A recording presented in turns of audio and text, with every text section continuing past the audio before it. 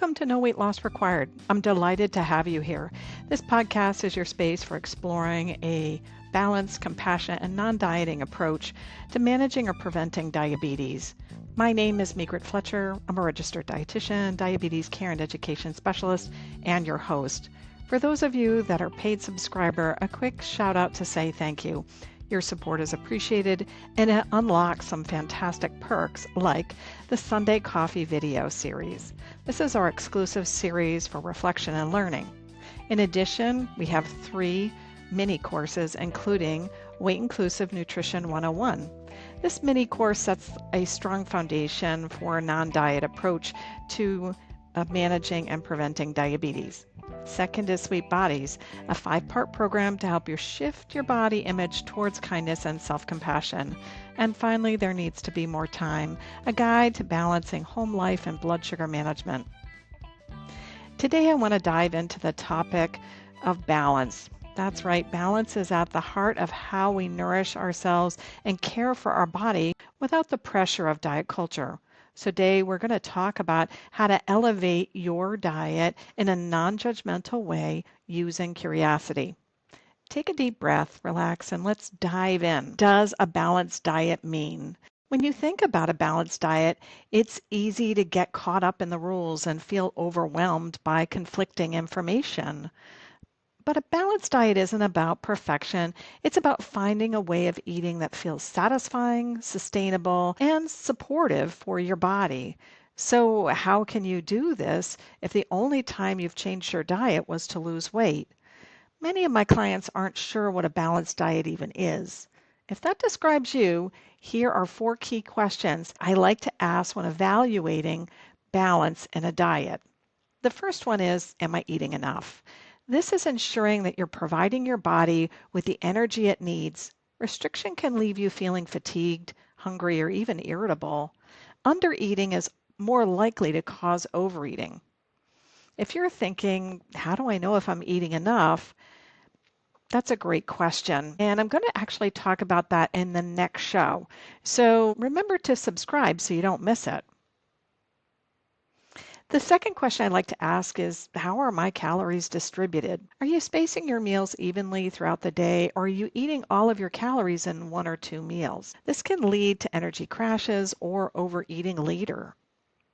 If you're wondering, well, what are simple ways to space meals evenly throughout the day? It is an important question to ask, and it's also important to remember to imagine your day, to see when you might need to take breaks or have food available. Many people forget that plan is a 4-letter word, so if you dread planning, you aren't alone. But all jokes aside, it is helpful to think about your day and identify when you have an opportunity to nourish yourself. If your life is busy or packed with meetings or other responsibilities, then thinking about when you can eat is going to be a game changer. Third question I like to ask is, am I missing any nutrients? All the macronutrients, that's carbohydrates, fats, and protein, represent our macronutrients or calories. And the question is, are they all present? Now, what about micronutrients? Those are the vitamins, minerals, water, and fiber. And again, these don't have any calories, and we really want to understand, are these missing? This can actually lead your body to feel out of sync. So how can I tell if I'm missing any key nutrients in my diet? If that's what you're wondering, it's also a really great question. However, everyone's nutrient needs are specific to them, and I want to invite you to work with me one-on-one at Nourish to create a tailored plan for you. If you aren't familiar with Nourish, they work with your insurance company, and most people don't even have a copay. I'll put the link in the show notes if you'd like to learn more. The fourth question I like to ask is my diet optimal? This isn't about labeling foods as good or bad, but instead it's about asking, can I incorporate more nutrient-rich foods like fruits, vegetables, and whole grains into my meal? We're really trying to get at this idea of processed foods. So if you're wondering what are examples of small changes to help me reduce processed food, there's lots of ways to do that. They can range from planning snacks, and I'll put a link to the migret.substack.com newsletter. There's an issue there that talks about planning snacks and the value of that. If you are planning to cook at home, that's another way that you could reduce processed foods. If you aren't a cook, you might want to explore meal kits or pre-prepared meals. And again, I'm going to put an article about meal kits in the show notes.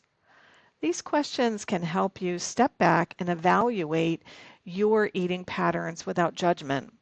It's all about making adjustments that feel right for you. Let's think about putting balance into practice. So once you've reflected on these questions, it's time to put balance into practice. And that's where my favorite approach begins. Now, for those of you who know me, you understand I have a special way to talk about change, which I describe in 4 words: discover, explore, play, and challenge. So let's start off with asking you, what did you discover from this episode? Was it permission to start asking questions about your diet instead of telling yourself what to eat or to stop eating? I sure hope so. When you start by observing your current eating habits, you're opening yourself up to really discover what works for you. Are there meals or snacks where you feel satisfied and energized?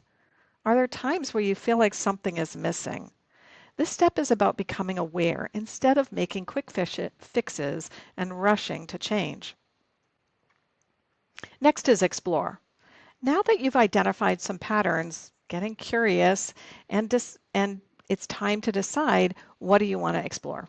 For example, if you notice that you're not getting enough fiber, explore foods you already enjoy that have fiber. And these could be things like berries. If you already like berries, you might turn around and say like, oh, that would be an easy thing to add to my breakfast.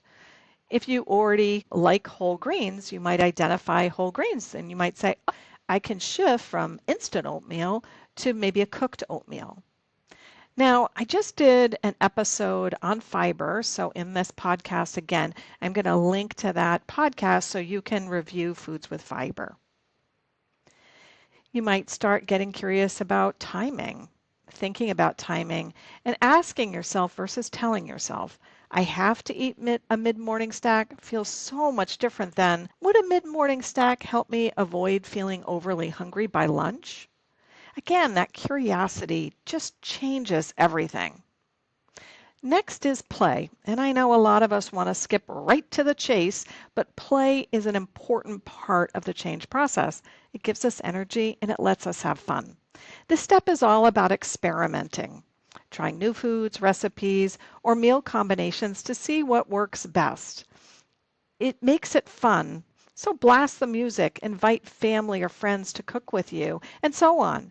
The key is to let go of the idea that you need to fix your diet. Instead, focus on enjoyment.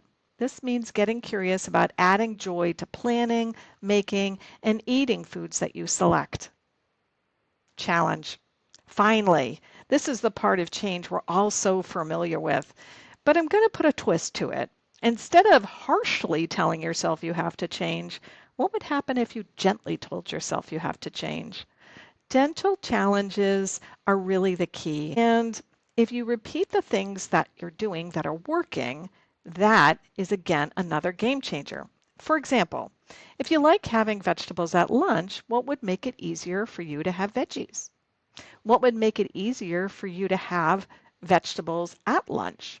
Getting curious about what works and creating steps to make these effective changes easier to do, again, is really the heart of sustainability.